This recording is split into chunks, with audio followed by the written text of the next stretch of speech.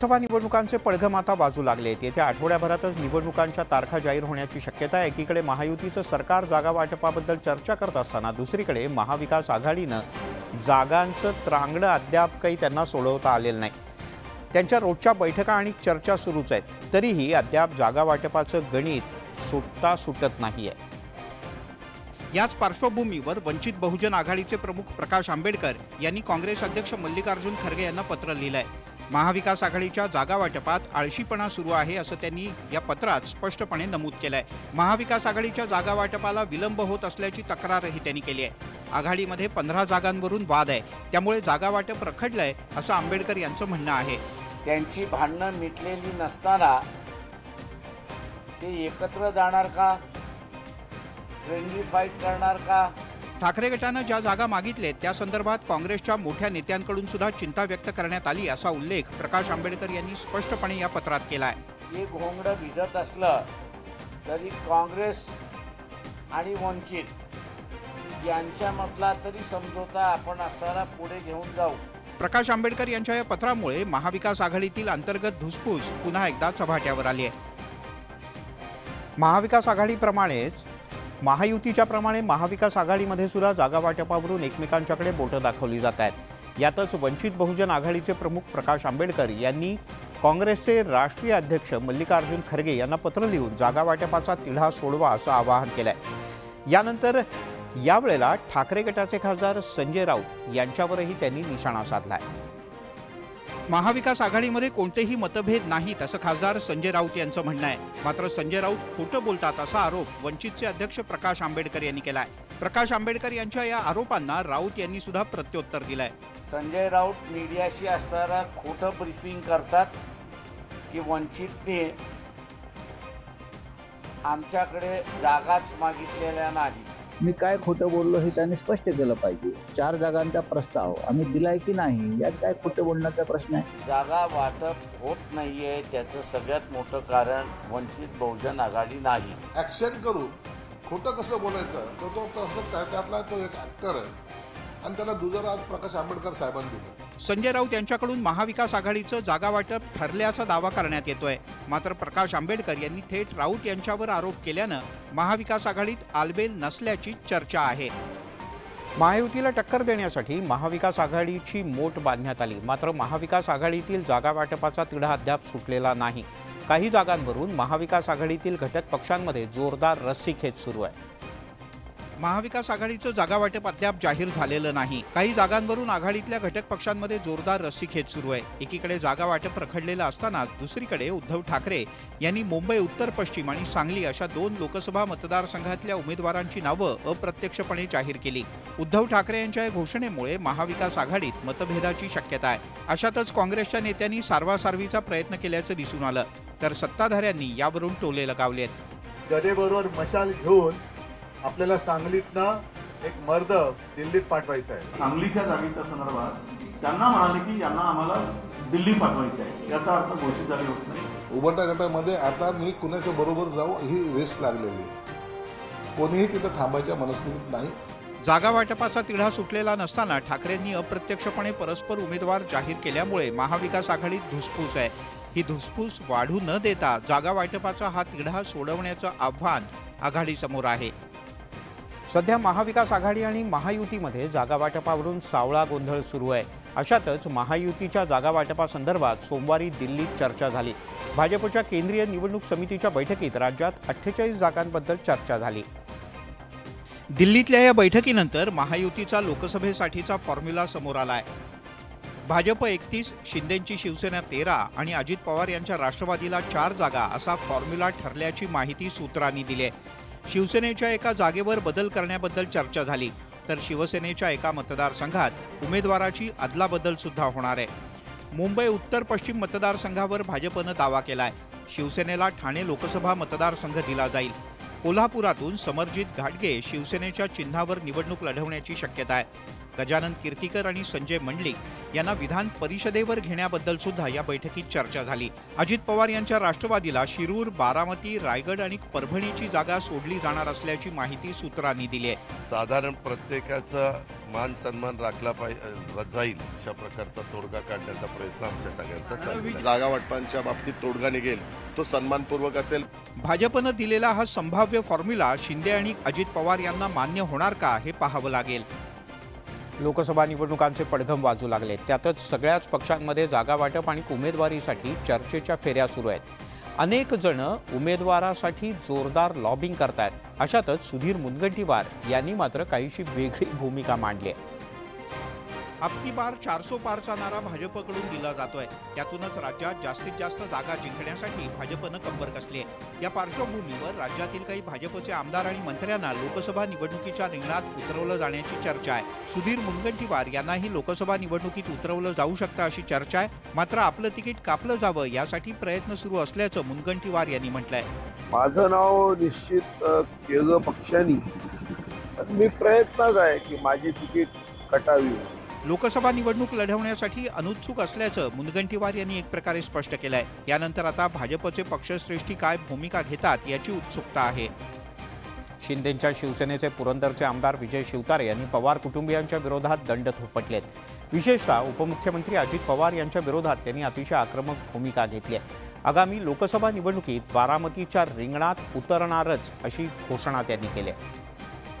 बारामती मतदारसंघ कुणाचा सातबारा नाही असं म्हणत आरपारची लढाई लढणार असल्याचं 2 दिवसांपूर्वीच विजय शिवतारे यांनी जाहीर केलं.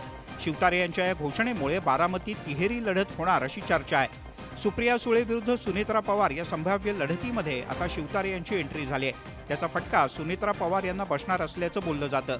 शिवतारे यांच्या याच भूमिकेमुळे अजित पवार यांच्या राष्ट्रवादीनं शिंदेंच्या शिवसेनेला थेट इशारा दिलाय. माननीय मुख्यमंत्र्यांना विनंती आहे की त्यांनी आपल्या नेत्यांना आवरावं. कोणाला जर वाटत असेल की कल्याण लोकसभा खूप जिंकणं सोपं आहे, वेगळा निर्णय निकाल देखील कल्याण लोकसभेमध्ये लागू शकतो. पक्षाच्या अंतर्गत युतीमध्ये महायुतीमध्ये असताना अशा टीका करणं योग्य नाही. उगाच तरी टीका करून असलेलं वातावरण गढूळ करण्याचा प्रयत्न करू नका. बारामतीमध्ये दगा दिल्यास कल्याणमध्ये डॅमेज करण्याचा इशारा राष्ट्रवादीनं दिलाय. त्यामुळे याबद्दल आता मुख्यमंत्री एकनाथ शिंदे आणि महायुती कसा तोडगा काढणार याकडे पाहावं लागेल. लोकसभा निवडणुकीच्या आधी राज ठाकरे यांना मोठा धक्का बसला. पुण्यातील मनसेचे फायर ब्रँड नेते वसंत मोरे यांनी पक्षाला जय महाराष्ट्र केलाय. सोशल मीडियावर फोटो आणि व्हिडिओ शेअर करत वसंत मोरे यांनी मनसेला सोडचिठ्ठी दिली. वसंत मोरे यांनी फेसबुकवर एक फोटो पोस्ट केलाय आणि त्यांनी राजीनामा दिला. राज ठाकरे यांच्या फोटो समोर ते उभे आहेत. त्यांनी हात जोडलेत. साहेब मला माफ करा असं म्हणत वसंत मोरे यांनी मनसेला जय महाराष्ट्र केलाय. वसंत मोरे यांनी राजीनाम्याच्या पत्रातून मनातली खदखद व्यक्त केली आहे. पक्षांतर्गत गलिच्छ राजकारण आणि निष्ठेवरचे प्रश्न वेदनादायी असल्याचं मोरे यांनी पत्रात नमूद केलंय. त्याआधी फेसबुक पोस्ट लिहून राजीनाम्याचे त्यांनी संकेत दिले होते. एका मर्यादेच्या बाहेर त्रास सहन केल्यानंतर माणूस शांत होतो. आता आपली कुणाकडून काहीही अपेक्षा नाही असं वसंत मोरे यांनी पोस्टमध्ये म्हटलं होतं. ज्या काही जबाबदाऱ्या आहेत महाराष्ट्र नवनिर्माण सेनेचे मी सरचिटणीस आहे. मी बारामती लोकसभा मतदारसंघाचा संघटक आहे. या सगळ्या पदांचा मी आज राजीनामा दिला आहे. वसंत मोरे हे पुण्याच्या राजकीय वर्तुळातले महत्त्वाचे नेते. मनसेच्या मोजक्या नेत्यांमध्ये वसंत मोरे यांचा उल्लेख व्हायचा. मात्र आता लोकसभेच्या तोंडावर वसंत मोरे यांनी राजीनामा दिल्यानं मनसे आणि राज ठाकरे यांना धक्का बसल्याचं बोललं जात आहे.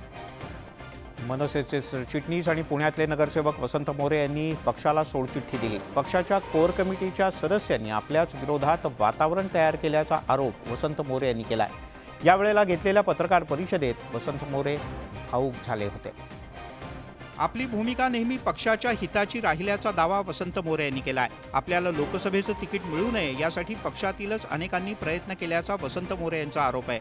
वसंत मोरेला तिकीट नाही मिळालं पाहिजे, पक्ष संघटनेने निवडणूक नाही लढवली पाहिजे, यासाठी जर निगेटिव्ह पद्धतीने अहवाल सामान्य साहेबांपर्यंत पाठवत असतील तर मला वाटतं की अशा लोकांमध्ये काम करणं मला जमणार नाही. आपल्या विरोधात पक्षात वातावरण निर्माण केलं जात होतं असा आरोपही त्यांनी केलाय. जे पदाधिकारी माझ्याबरोबर आहेत, ज्यांनी माझे कार्यक्रम घेतले, त्या लोकांना दाबण्याची कामं होतात, त्या लोकांना त्रास दिला जातो. मनसे सोडत असल्याचं जाहीर करतानाच वसंत मोरे भावूक झाले होते. त्या भूमिकेमध्ये माझ्यावरतीच कारवाई झाली आणि आता सुद्धा जर माझ्यावरतीच कारवाई होणार असेल तर मला वाटतं कुठल्याही पदावरती न राहिलेलं बरं. माझ्या लोकांची पदं काढून घेतली जात होती हे मला सहन झालं नाही म्हणून राजीनामा दिल्याचं त्यांनी म्हटलंय. पुण्यातील कोर कमिटीतील काही लोक पक्ष संपवण्याचा प्रयत्न करत असल्याचा आरोप सुद्धा त्यांनी केला आहे. वसंत मोरे हे पुण्यातले मनसेचे नगरसेवक आणि मोठा दांडगा जनसंपर्क असलेले नेते.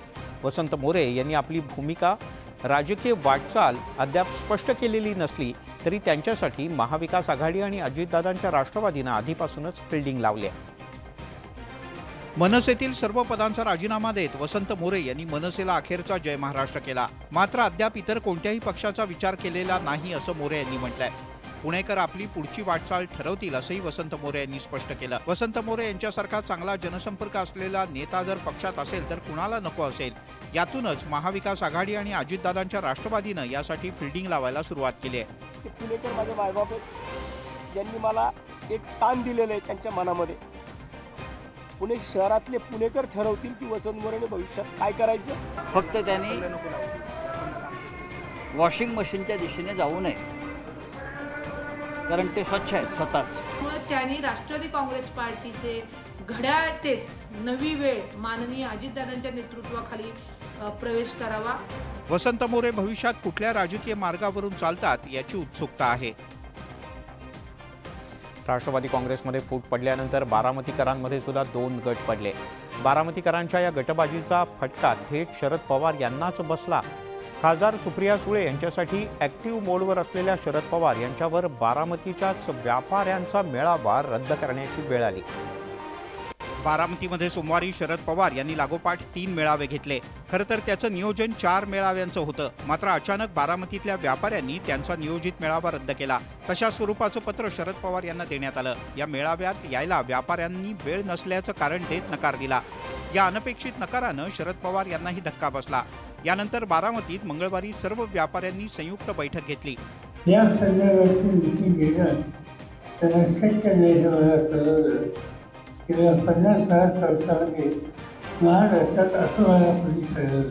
बारामती व्यापारी महासंघाने हा मेळाव्यासाठी नकार दिला दिला हे 100% चुकीचं आहे. आता साहेब बारामतीत असतील, त्यांच्या वेळेनुसार आम्ही भेटून साहेबांची ऑथराइज्ड वेळ घेऊन आम्ही मेळावा आयोजित करू आणि त्याला मार्गदर्शक पवार साहेब असतील.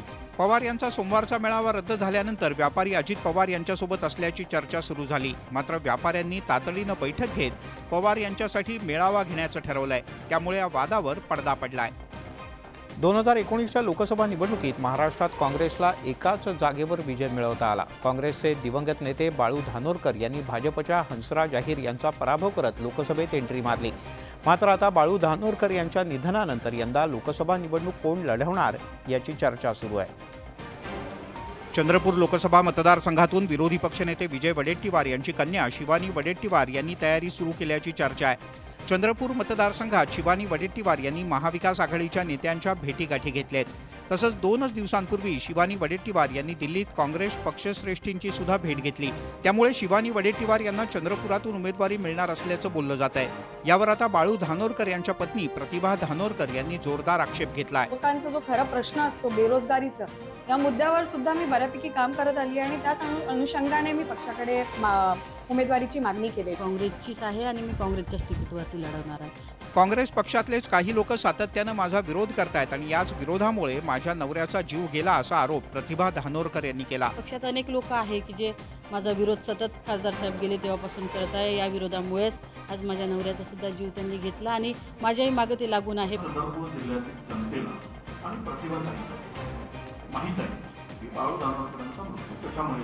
त्यामुळे आता चंद्रपुरातून काँग्रेस कुणाला उमेदवारी देणार याकडे सगळ्यांचं लक्ष लागलंय.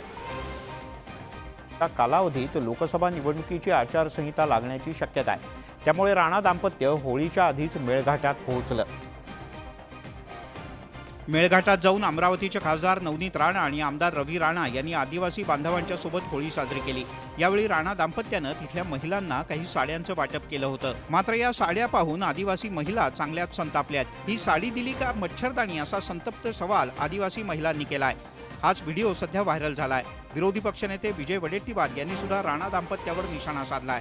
साडी देने को ऐसा साडी काय को दिया ऐसा वाला कामडा भागून गेला काय. महिलांना असं वाटप करून निवडणुकीच्या तोंडावर मतं घेण्याचा तो तुम्ही सोम केला आहे. ती साडी एकदा धुतली की दुसऱ्यांदा वापरता येणार नाही. ती साडी देऊन महिलांचा अपमान करताय. त्याच्यावर जे राजकारण करणारे लोक आहेत त्यांना जर साड्या पाहायच्या असेल, तुमच्या घरी साड्या पाठवायच्या असेल तर मी खुशाल 1000 साड्या त्यांच्या घरी पाठवतो. त्यांनी त्यांच्या घरी बसून तपासून घ्या.